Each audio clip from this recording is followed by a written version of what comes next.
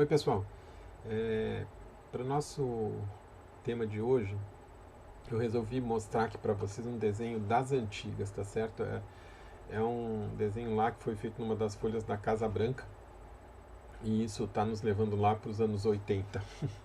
Enfim, aqui é a ideia dos quadrantes, né, expressa num desenho de um mapa didático, tá certo? Com os signos sem ser usadas as cores, tá? Atribuídas a cada signo na linha que eu aprendi da astrologia, nas suas posições didáticas de estudo. Então eu queria mostrar para você o seguinte: quando você compõe e constrói efetivamente um mapa astrológico de uma pessoa, todos esses espaços, todos esses 12 signos, eles têm uma influência. A energia desses 12, ela passa para o mundo através de três, ou melhor, com três temperos especiais: o tempero da ação, o tempero da emoção e o tempero da racionalização, né, que vai nos dar a intenção racional que tem por trás daquilo que a gente está fazendo. Isso é extremamente importante. Então, quando você vai trabalhar no mapa astrológico, você precisa compreender que todas as pessoas elas têm todos esses signos. Quando a gente fala de signo de nascimento, a única coisa que de fato a gente está dizendo é que está trabalhando com a ideia de um signo que vai indicar a forma de pensamento daquela pessoa. Então, mas aqui é importante vocês terem uma visão disso que eu estou querendo falar no seguinte sentido. Vamos lá. Vamos supor que o fulano tenha o Sol, sei lá, o Sol em Escorpião. Tá? Então, o pensamento dele com o Sol em Escorpião vai estar mais ou menos situado por aqui, no sentido de significado.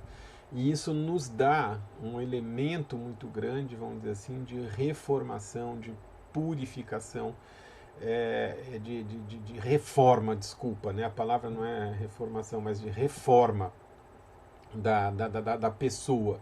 Né? Então, esse é um tipo de pensamento muito forte em Escorpião. Se nós não tivéssemos aqui a energia solar, mas tivéssemos, por exemplo, uma energia de lua em Escorpião, então você perceberia uma lua com esta ideia de reforma, né? De reformar, de tentar mexer profundamente, de purificar as emoções, e isso nem sempre é realizado com um tato muito claro, muito afável, tá? Porque não é essa característica desse reformador aqui, né?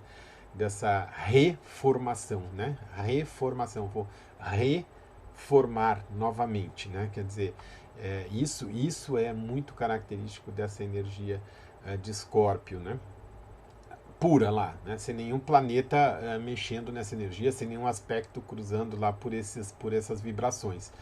Agora, percebam que ele tem, essa energia, ela tem um elemento principal aqui, ó, que está indicado, que é o aspecto de ser uma energia consoladora. Tá certo? É bem curioso isso, essa dualidade, vamos dizer assim, dentro dessa energia de Escorpio. Então, os pensamentos, as emoções, as ações, onde Escorpião tiver no seu mapa, ele vai lhe dar essa característica, né? De ter esse elemento de consolar, de reformar, de purificar. E isso nem sempre efetivamente é feito de uma maneira muito cuidadosa, sensível, mas eu pergunto, né, e se a reforma é uma reforma, por exemplo, de uma casa, né, se é uma reforma de um osso que foi quebrado, né, que precisa ser reformado, não tem muito como você ter essa sensibilidade toda, né, vai ter que ser uma coisa meio no martelo mesmo, vai ser algo bem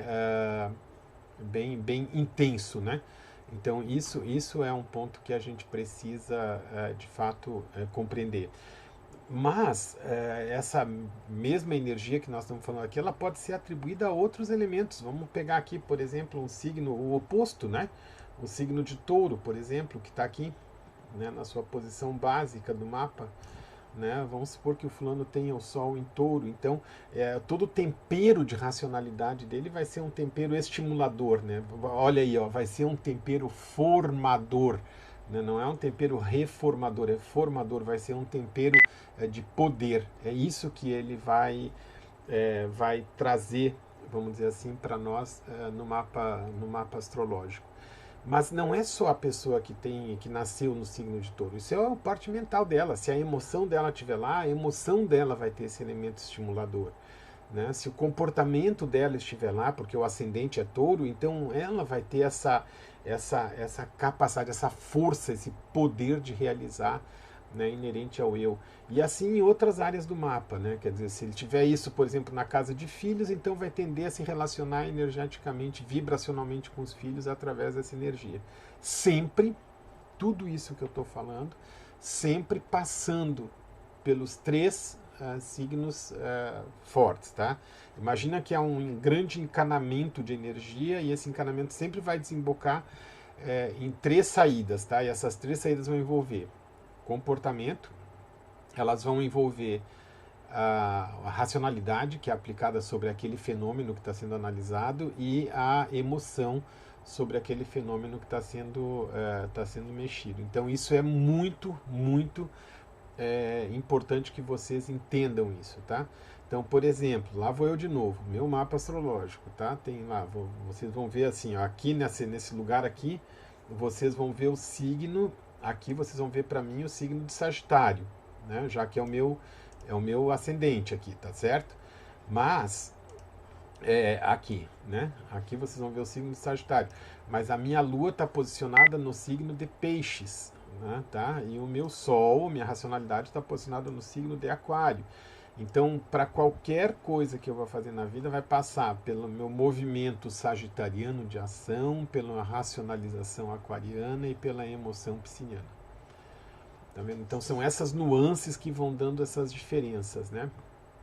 E quando você começa a entender os graus, né, em que está cada signo, no sentido de entender a energia da forma vibracional, vocês vão entender por que os gêmeos muitas vezes são tão diferentes e, em geral, os gêmeos são muito diferentes, tá certo? Ali há uma relação de contexto em que algumas coisas de um signo ficam para um e as outras coisas do mesmo signo ficam para outro, tá certo?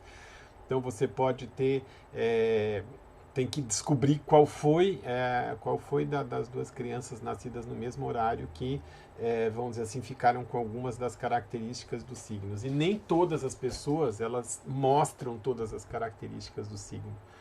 Tá? Eu, por exemplo, eu não sou uma pessoa do signo de Aquário, tal qual está lá nos livros descrevendo o que é um aquariano. Longe disso. Na verdade, e de fato, muito poucas pessoas encarnadas no planeta têm essa possibilidade de falar algo assim.